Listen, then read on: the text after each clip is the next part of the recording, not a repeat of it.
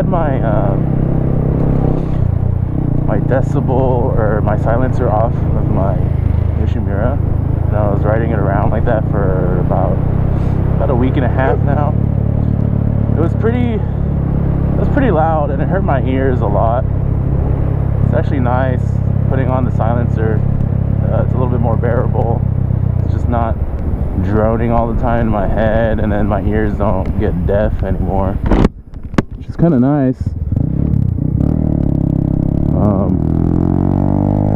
So I've already taken my bike through San Francisco like maybe twice. This is my third time going out right now. It's a little slow. It's not enough power on the uphills when I come back in to my neighborhood, when I come back home. But when I'm leaving the community, it's mostly downhill, so it kind of works. There's some sections where I have to hit it up high. I'm still gonna look into the DHM Stage 2 kit. I just need that extra like acceleration or torque going uphill and going off from a dig. I mean, other than that, it's pretty smooth. There's no bogging. The gears are fine. I'm just gonna show you what it's like going through San Francisco on a Grom. Well, you'll see. Right here, so need to pick up some speed. Put my tires to 29 psi. Feels good. Oh, and since my first vlog, even though I did say I was comfortable then, I'm getting way too comfortable now. Maybe I'm already. There's a couple times where I've been kind of scraping on the pegs. I didn't catch that on film because I didn't feel like recording or anything. Getting a little too comfortable, maybe. Yeah, like right now, I don't really have to go through this like maybe 35. I was just hitting it like 50 something because I know what it can handle now. I'm starting to understand the bike. I'm starting to understand my limits. What kind of speeds I could take on a corner. It's a fun bike. It's good for the canyons, you know, like little roads like this. I kind of want to keep speed, and like this turn's kind of tight, so I can slow down a little bit. Get the apex, get the correct line, because if you don't set up your line, you're gonna shoot out onto the oncoming side. If you don't get enough lean into the bike, it gets kind of sketch. Yeah. So like right now, I'm uphill. It's slowing down again. I'm pinned full throttle in 4th gear. But the moment I get to this downhill again, I'll pick up. I have to kind of tuck in, try to get small as possible on a small bike, and then I'll be able to kind of pick up speed, avoid the drag. So right now, climbing. I put my left arm on the top of the tank. I kind of rest my hand under my chin to lift up my helmet to rest on it because I get tired just leaning in for like 30 minutes straight, you know. So my hands are here. I just have my, kind of like you're posing for a picture.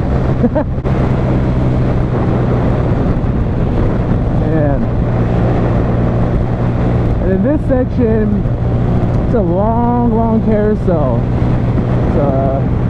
It's all downhill, so I can go pretty top speed on these boys. So yeah, leaving Green Valley is not a big issue. It's all mainly downhill. I can stay with traffic easy.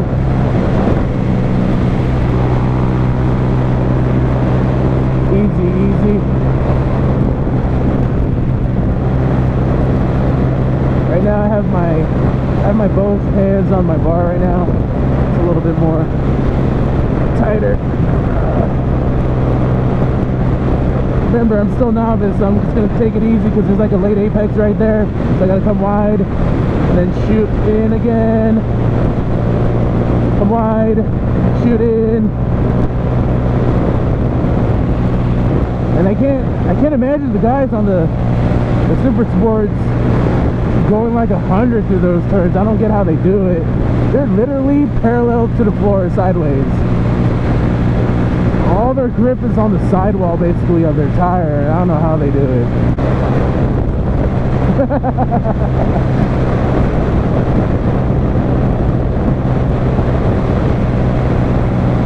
That too, it's a Grom, so it's like you really can't get pulled over on a Grom. You're too slow. If anything, you might get pulled over for going too slow. Thankfully no cars behind me. Normally I'll just give them the point by for them to pass me because I know I'm slow. Yeah, here I do kind of lose a little bit of speed, but it's flat enough to stay constant. Goes back to my top speed, which is like 55, yeah, see? Then there's a big uphill that comes, but there's a downhill before the big hill. And I have to make sure I can stay full throttle.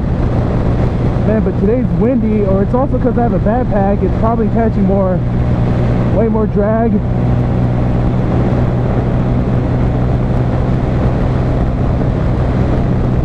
No car? Yeah, no car. I lost speed there because I stood up a little bit.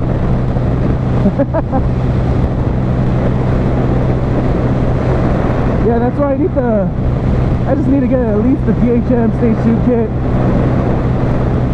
They don't have the ECU already flashed and ready to go. You have to send the OEM one in, and I don't want to send my OEM one in yet because I still want to ride my bike. It's only like 200 something bucks, I think. Or no, if you send it in, it's only 170 bucks. If you buy theirs, it's like almost 300 along with the camshaft. TV cam, I think. Whew. I can kind of sit up now. Can sit up comfortably now in this little tighter section because it's not so speed demanding.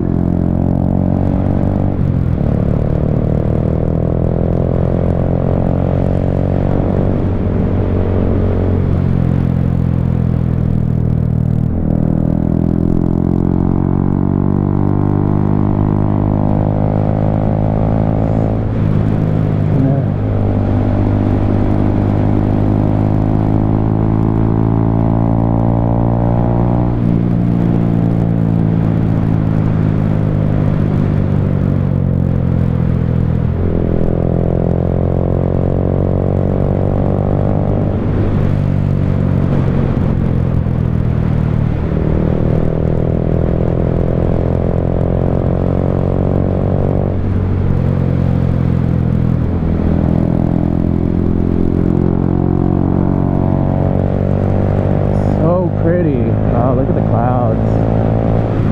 I'm not getting like any glare because of the shade. In third gear.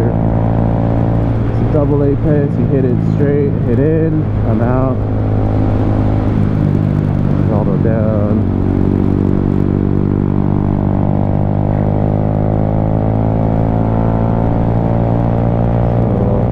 A hairpin here, so I do have to downshift, brake. No dirt, no dirt, no dirt. Got bumps on the left side, like almost like rumble strips, so slow down here. How messy road. Gets a little bit tighter here. Ooh.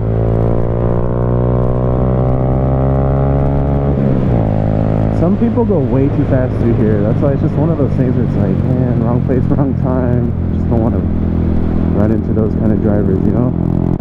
I know when I was younger, I used to be stupid like that. You know, it's around the early 20s.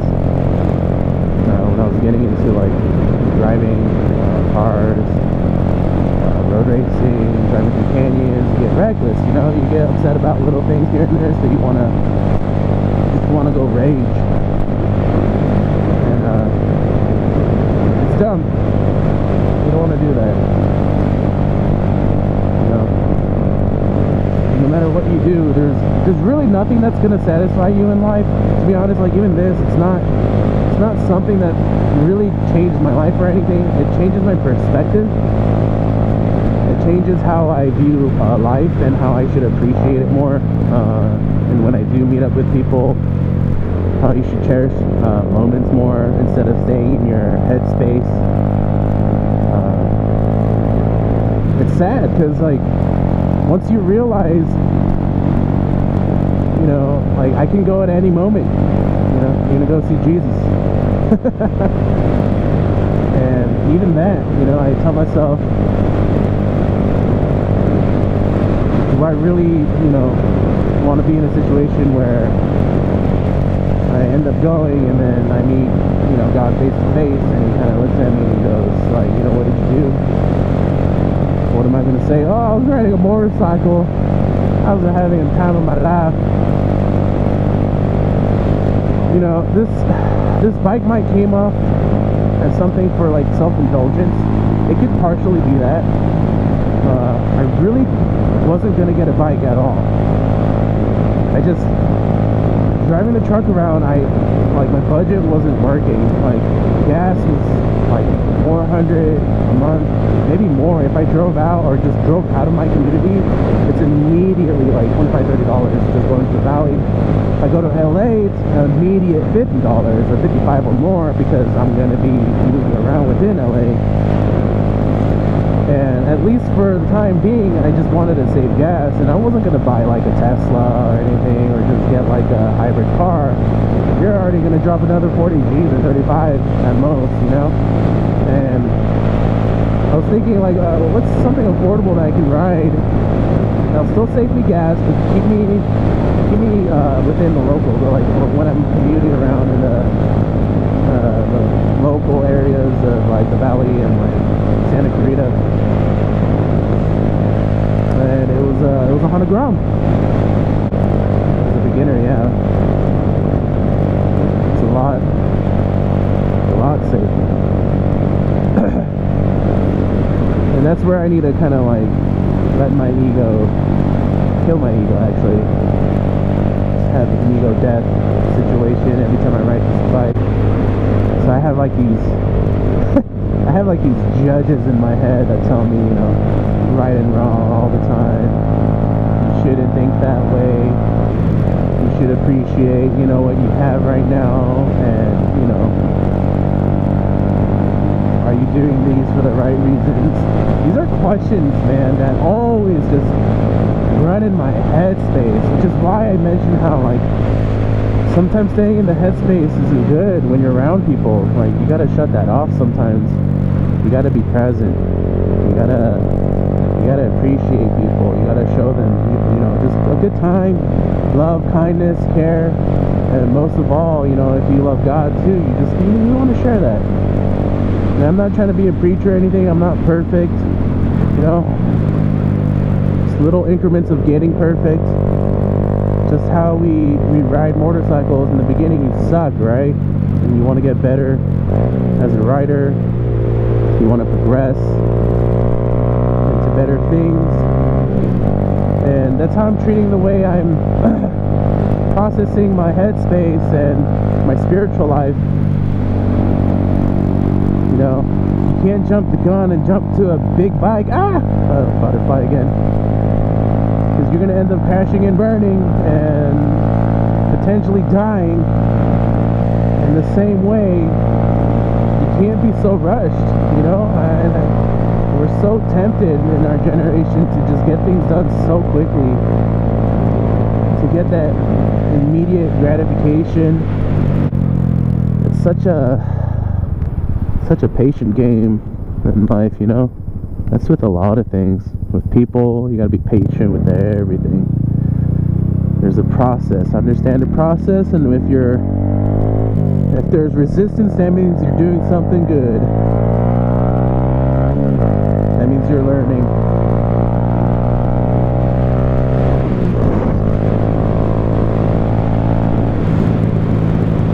Oh yeah, so that's kind of like with, you know, when you're working out. You know, you can't be like, I want to get better or skinnier and stronger without working out, you know.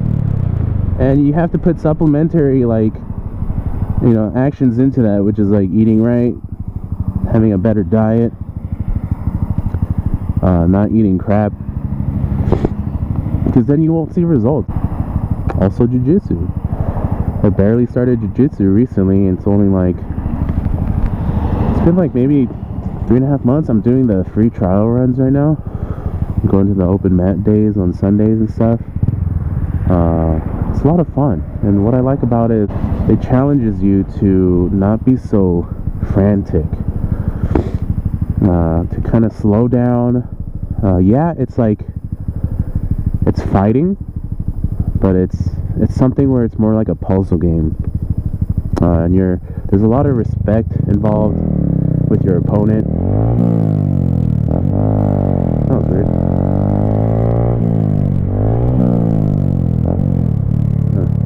Keeps going into neutral. I don't know why. Yeah, so and it helps you kind of work through the fight and the submission moves that you want to see openings for on like the opponent.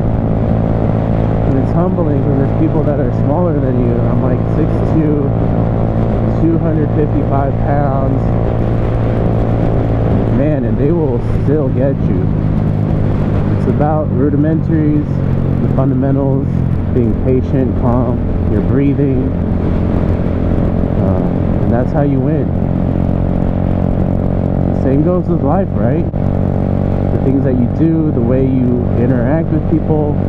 Don't be quick to speak, just kind of learn to listen. That's something that I've been learning recently too. Just trying to slow down, man.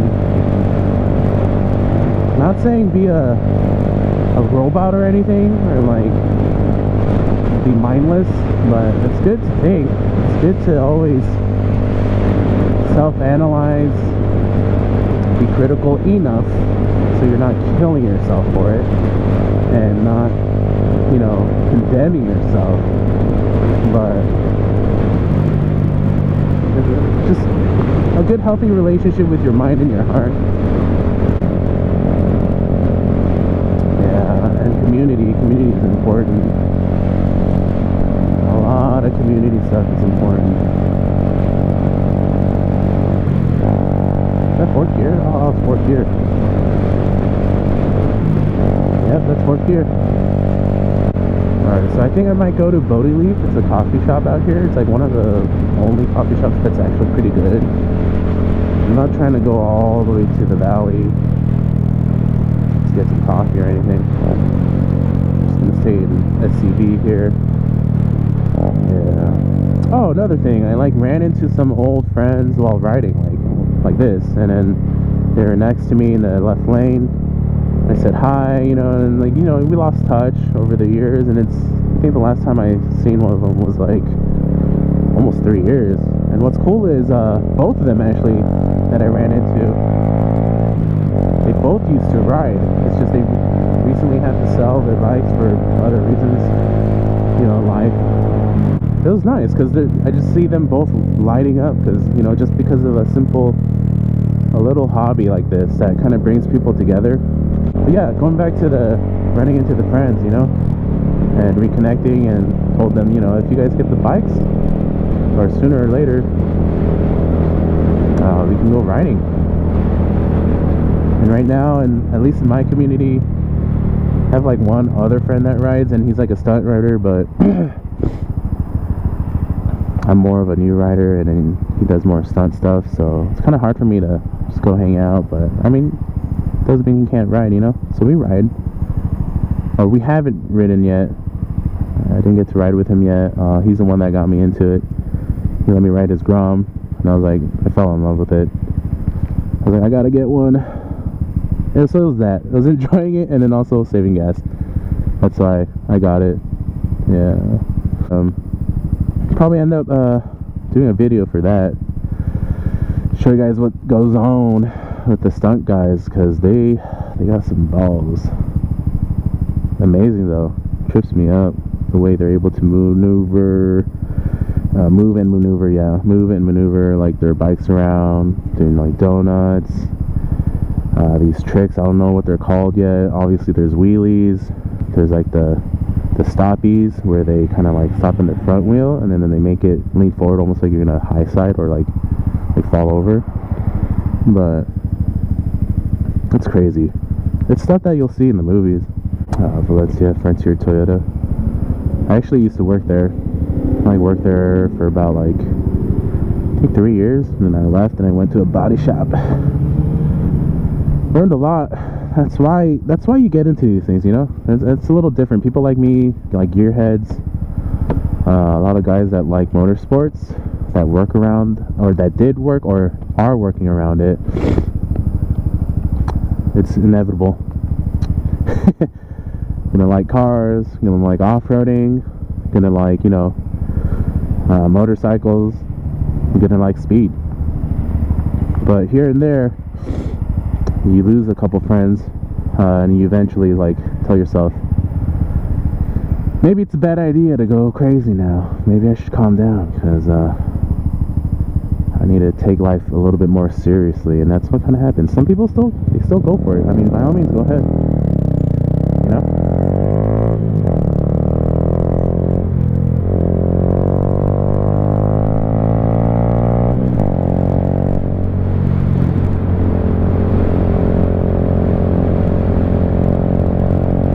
See me? Yeah, you see me? Thank you. My ears keep getting plugged. Why? Like, equilibrium gets all effed up. I don't know what the difference is with a bike versus a car. Why it keeps getting, like, you know, feels like I'm on a mountain.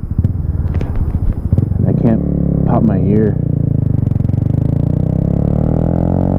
Two different pressures from Green Valley, yeah, but I didn't feel that when I used to go on or come down in a car. I only feel it now on a bike. It's so weird. Little bike, small little bike. Yeah. It's dope. I'm gonna open up my visor because it's like hot. My ears are plugged. I wonder what my homie's up to. See if I can hit him up. He's not busy. Going riding or something. It's getting clogged.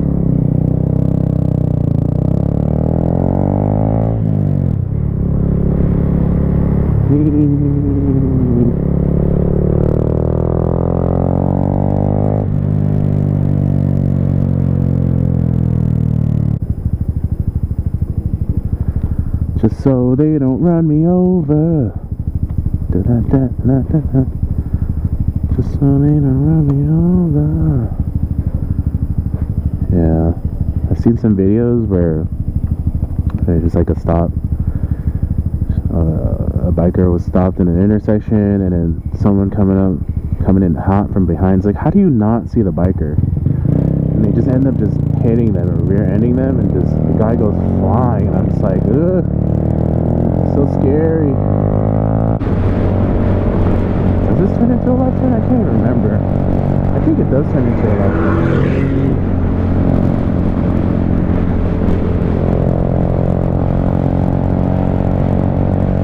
Yeah, it does. I need to go straight.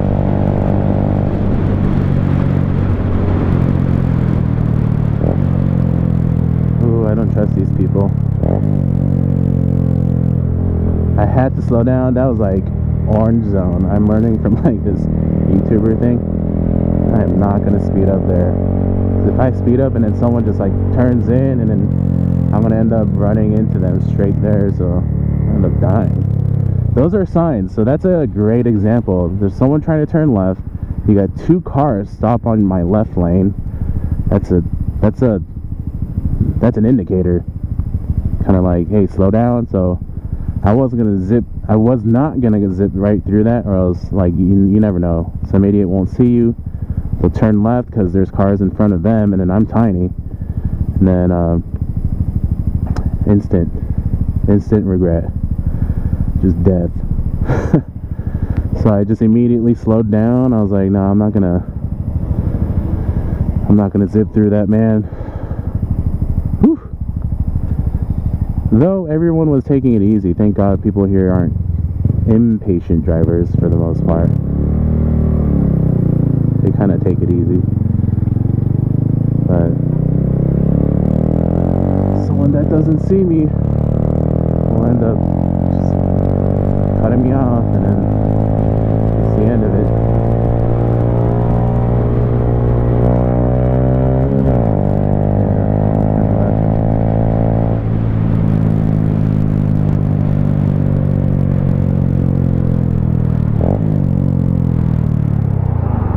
Get some coffee. I had coffee, but I can get more coffee.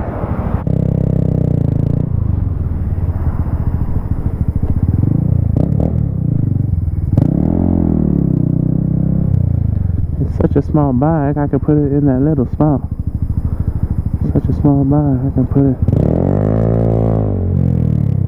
I'll just put it over here. This tiny little bike.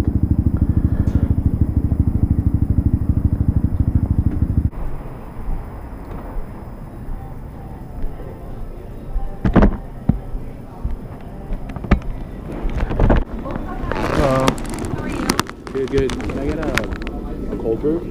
Nitro cold brew, actually? A nitro cold brew? Okay. What size?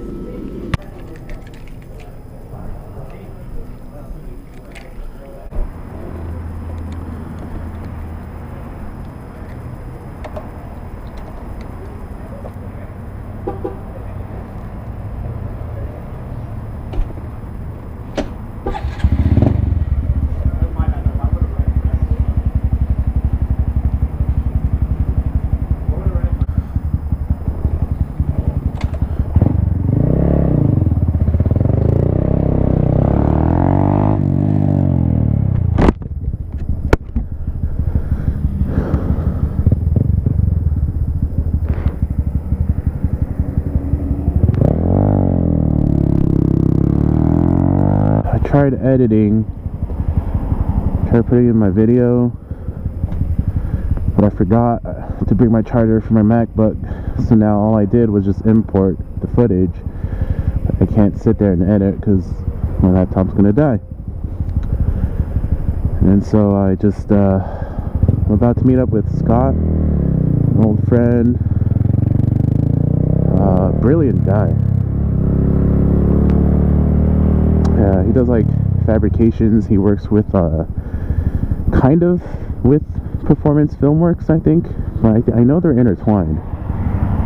For the company that he works with, they fab up things for their chase cars, for movies.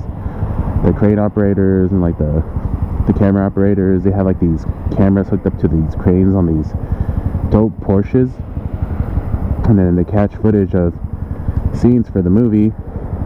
They make, you know, chase shots, action scenes, high-speed stuff, and then it's pretty interesting. And then Scott does all their fabrication work. That he does all the mock-ups, puts all the crane work or the welding, TIG welding, MIG or TIG. Really smart guy.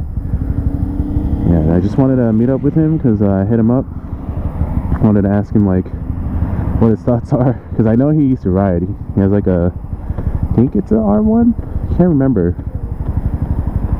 He rides those super sports. I don't know if it's like 1,000 or 600. I can't remember though. But he rides. But I think he stopped. I don't know if he sold it or if he just still has it. I just wanted to ask him, kind of get his 2 cents on, you know, eventually if I did want to upgrade, go towards like a bigger bike, like what should I look into, what's a good bike, yeah, stuff like that. This idling kind of weird. It's okay, it's not bad. So I'm gonna head over to his shop. It's not too far, it's an SUV. I'm gonna head over and see what up to.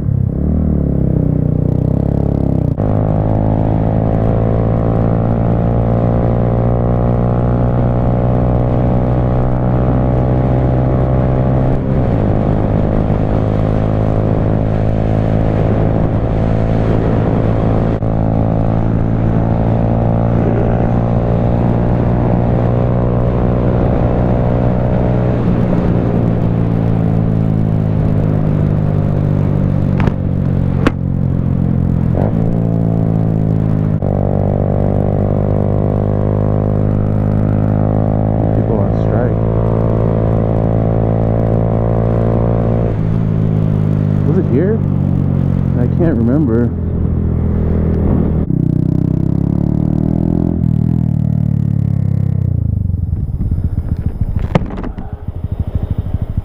Just say what up.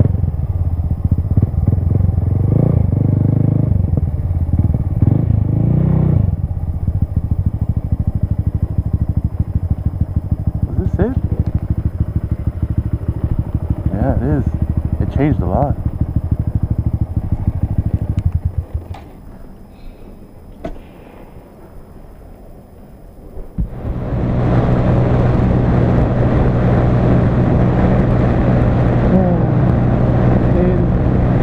On the throttle the whole time, going nowhere.